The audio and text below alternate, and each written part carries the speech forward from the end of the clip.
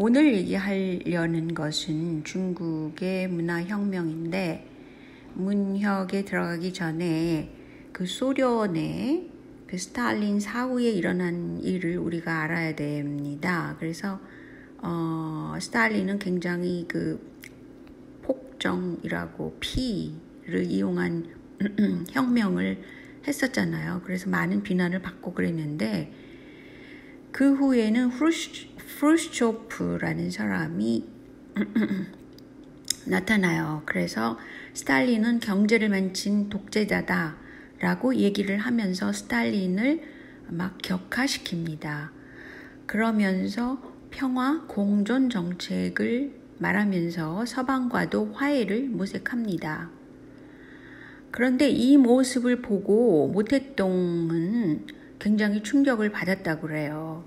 그래서 무조건 서방 제국주의 세력과의 싸움에서 강한 혁명이 필요하며 모택동, 마오쩌둥은 핵전쟁도 불사한다라는 입장이었다고 그래요. 그래서 평화 공존을 하지 말아야 된다는 입장이 바로 모택동이 가진 외교 정책이라고 그래요. 근데 1956년도에 헝가리가 반소 봉기를 하고 폴란드도 반소 봉기를 했다고 그래요. 그것은 독립국가에서 어떤 누구의 소련도 일종의 제국주의적인 모습이 있었겠죠. 강압적이고. 그러니까 반소 봉기를 했다는 거예요, 다들. 그랬을 때 소련의 그 지도력에 대해서 모택동은 의구심을 갖게 되죠.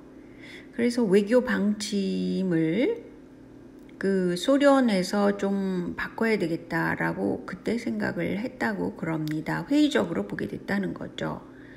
근데 1962년도면 이때는 뭐냐면요. 소련에서는 보다 더 서방과 화해를 모색했겠죠. 그때 벌어진 게 중국하고 인도 사이에 국경 분쟁이 있었다고 그래요. 그때 소련은 인도를 지지했습니다.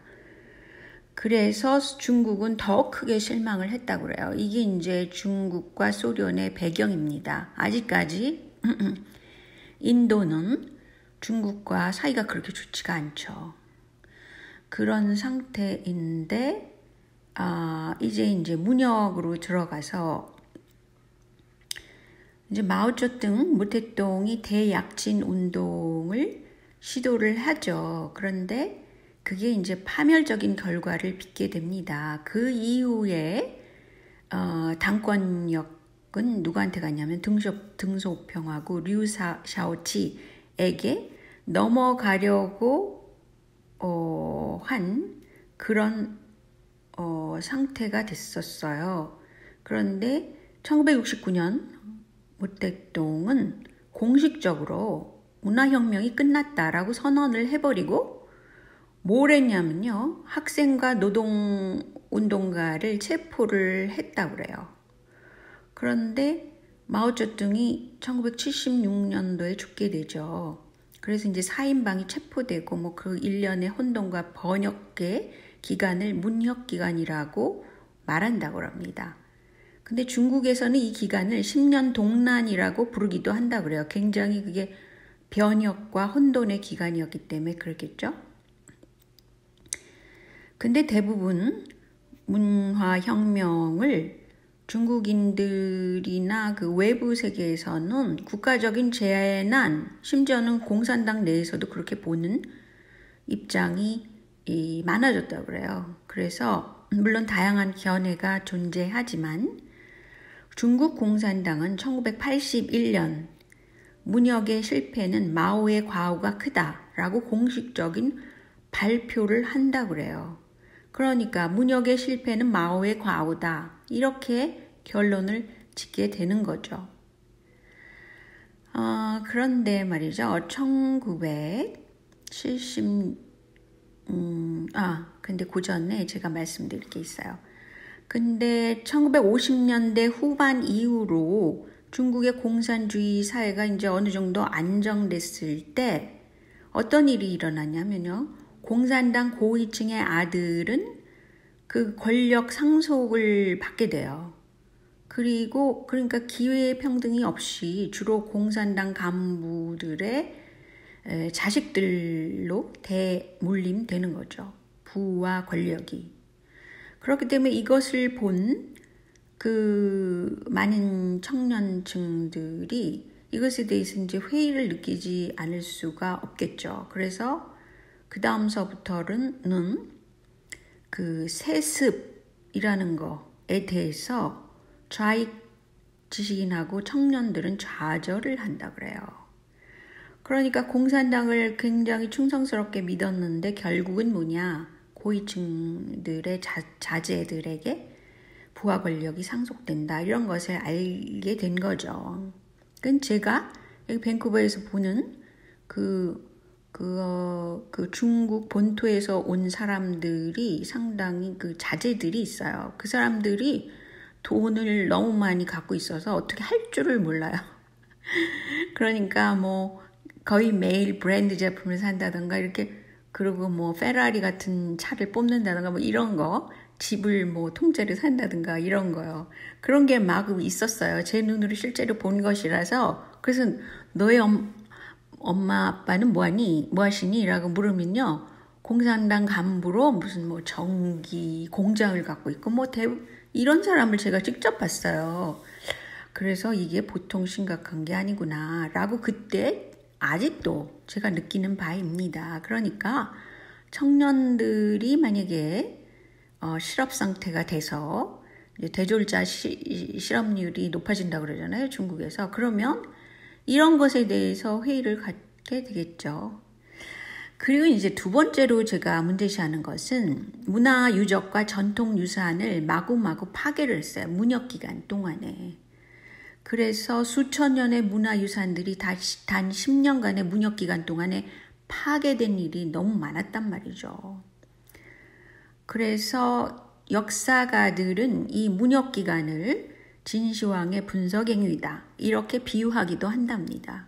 그리고 또한 종교 탄압도 있었고요. 그거는 이제 막시즘에 나타난 거기 때문에 그렇다고 치지만 뭐 티베트를 가서 뭐 사찰을 불지르고 뭐 승려들을 내쫓고 이런 폭력적인 그런 억압을 하게 됩니다. 물론 나중에는 이것이 또 안 그렇게 되긴 하겠지만 아무튼 이런 식으로 문혁 기간에 저지른 일들이 상당히 부정적인 것이 많이 있어요.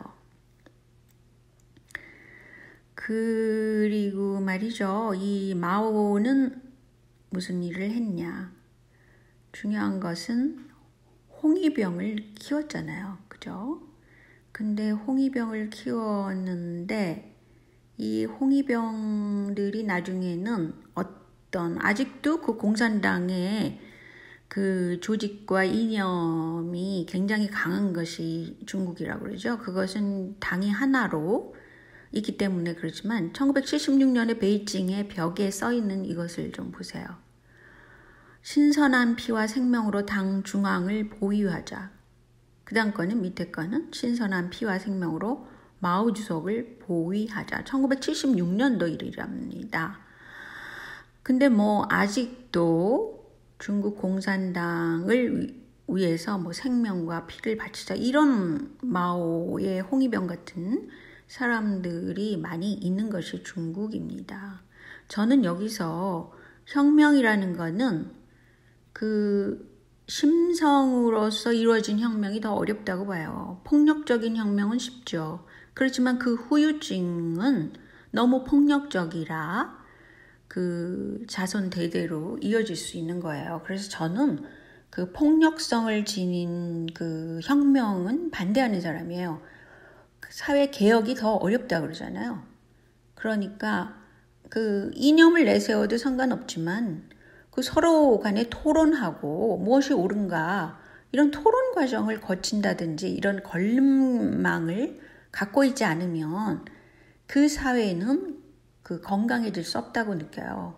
그래서 맨날 혁명 세력이 피와 생명을 다른 사람을 죽인다든지 이런 걸 아무렇지도 않게 생각을 한다면 그 사회는 어둠의 에너지에 있는 사회라고 생각해요. 그래서 저는 결과는 좋지 않을 거라고 생각하는 사람입니다. 그래서 제가 말씀드린 대로 이제 공산주의 지식인 청년들이 좌절을 했다는 거예요. 왜냐하면 공산당 그 유지들이 부패했기 때문에. 둘째로는 전통 유산이 너무 많이 파괴됐다는 거예요. 그래서 문혁 기간 중에는 죽은 사람만 34,800명이 죽었다고 발표했는데 실제로는 더 있을 수 있고요. 그 박해를 받은 사람 숫자가 73만 명 정도 됐다 그래요. 그런데 이제 주요 희생자를 보면은요, 유명 작가라든지 또 유학자이면서 대학 강사라든지 정치가라든지 행진곡 작사자라든지 이런 사람들, 또 심지어는 조선족의 주덕회라는 사람이 있었는데 그 조선족 자치주 초대 주장이었다고 그러는데 문혁 기간에 박해를 당했다고 그래요. 그래서 결국은 병사한 사람도 있습니다. 한국 관련. 그리고 이제 작가들 이렇게 해서 굉장히 처형당하거나 자살을 하거나 무슨 병이 나거나 기타 등등 그렇게 지내게 되는 게 아니죠. 그렇게 피해를 받는 사람들이 많았다는 거예요. 저는 이 점에서 문혁이라고 그러지만 문화라는 것은 토론을 통하지 않고는 가능하지 못하다고 생각해요. 왜 문화라는 말을 썼을까? 그것도 또 재밌죠? 홍위병에 가담한 청소년들은 자기 부모나 스승을 고발하거나 구타하는 일이 아주 흔했다고 그래요. 그래서 이거를 보면서 의문의 살인사건, 뇌물수수 사건, 구타, 폭력, 도박, 음란 등등 보통 인간사에서 일어날 수 있는 일들이 일어나지만 거기에는 무슨 의문의 살인사건 같은 것들이 나타난다는 거예요. 그래서 사실은 문화라는 말을 쓰지만 상상 못할 그런 비인간적인 일들이 마구 일어난 거죠. 그리고 또한 당파적인 전쟁이 권력투쟁으로서 공산당 내에도 일어나게 됩니다. 근데 보통의 과정에서는 권력투쟁이 일어난다 그러면 파벌싸움이 일어나서 서로 어떤 주제를 가지고 가령 예를 들어서 요새 얘기되는 핵발전을 할 것인가 말 것인가 이런 것도 서로 정책적인 토론 과정을 통해서 많은 사람들이 지지를 어느 쪽으로 하느냐, 그리고 그게 전문가들이 어떻게 생각하느냐, 그래가지고 조금 더 권력투쟁이 일극화되어 있지 않은 상태, 그러니까 당파적으로 일당이 되어 있지 않은 상태, 그리고 다른 의견들도 얘기하도록 하는 그런 당파 논쟁이 돼야 된다는 거죠. 근데 이거는 완전히 투쟁이 돼가지고 결국은 많은 사람들을 희생하고 그랬죠. 그것이 이제 문제라고 생각해요. 문화혁명이라고 볼 수 없는 거라고 생각합니다. 또 한 가지는 소수민족 탄압하고 핍박한 거는 잘 알려져 있고, 특히 이제 종교가 막시즘이 아니기 때문에 그런지 몰라도, 아니면 그 사회, 중국이라는 사회를 변혁시킬 하나의 중요한 힘이 될 수 있다. 그래서 파괴했는지도 모르겠습니다. 그래서 사찰들이 수천 개, 6천 개가 파괴됐다 그러고요. 학살, 내몽골 인민당을 분리주의자로 지목해가지고 막 학살도 하고 그랬다고 그러죠. 그리고 아직도 위구르족과의 관계가 남아있고, 또 연변의 조선족 자치주는 그 민족학의 학교들이 파괴됐다고 그래요. 그래서 민족문화를 보호하는 사람들이 핍박과 학대를 받았다고 합니다.